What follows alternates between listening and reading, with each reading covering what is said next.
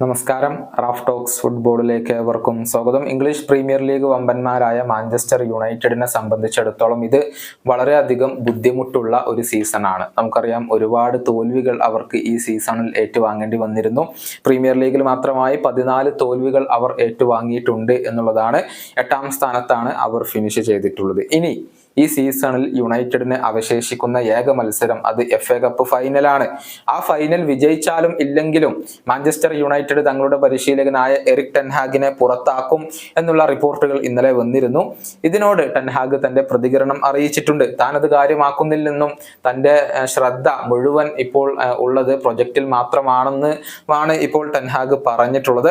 അദ്ദേഹത്തിന്റെ വാക്കുകൾ ഇങ്ങനെയാണ്: എനിക്ക് ഇക്കാര്യത്തിൽ ഒന്നും പറയാനില്ല. ഞാൻ അത് കാര്യമാക്കുന്നില്ല. വരുന്ന ഫൈനൽ മത്സരത്തിൽ വിജയിക്കുക എന്നതിൽ മാത്രമാണ് ഞാൻ ശ്രദ്ധ പതിപ്പിച്ചിരിക്കുന്നത്.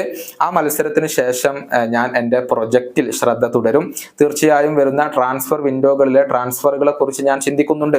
പക്ഷേ ഇപ്പോൾ FA കപ്പ് ഫൈനൽ മാത്രമാണ് എൻ്റെ മനസ്സിലുള്ളത്. ഇതാണ് എറിക് ടെൻ ഹാഗ് ഇപ്പോൾ പ്രതികരണമായി കൊണ്ട് രേഖപ്പെടുത്തിയിട്ടുള്ളത്. ഈ സീസണിൽ ഒരു കിരീടം പോലും ഇതുവരെ നേടാൻ മാഞ്ചസ്റ്റർ യുണൈറ്റഡിന് കഴിഞ്ഞിട്ടില്ല. FA കപ്പ് ഫൈനലിലും പരാജയപ്പെട്ടാൽ യുണൈറ്റഡിനെ സംബന്ധിച്ചിടത്തോളം ഇതൊരു ട്രോഫിലെസ് സീസണായി കൊണ്ട് അവശേഷിക്കും. അതേസമയം ടെൻ ഹാഗിന്റെ പകരക്കാരെ ഇപ്പോൾ മാഞ്ചസ്റ്റർ യുണൈറ്റഡ് പരിഗണിച്ചു തുടങ്ങിയിട്ടുണ്ട്. പൊച്ചറ്റിനോ, തുഷേൽ, മക്കന്നെ എന്നിവരുടെ പേരുകളൊക്കെ ഈ സ്ഥാനത്തേക്ക് ഇപ്പോൾ ഉയർന്നു തുടങ്ങിയിട്ടുണ്ട്. ഈ വീഡിയോയുടെ അവസാനിപ്പിക്കുന്നു. വീണ്ടും കാണാം.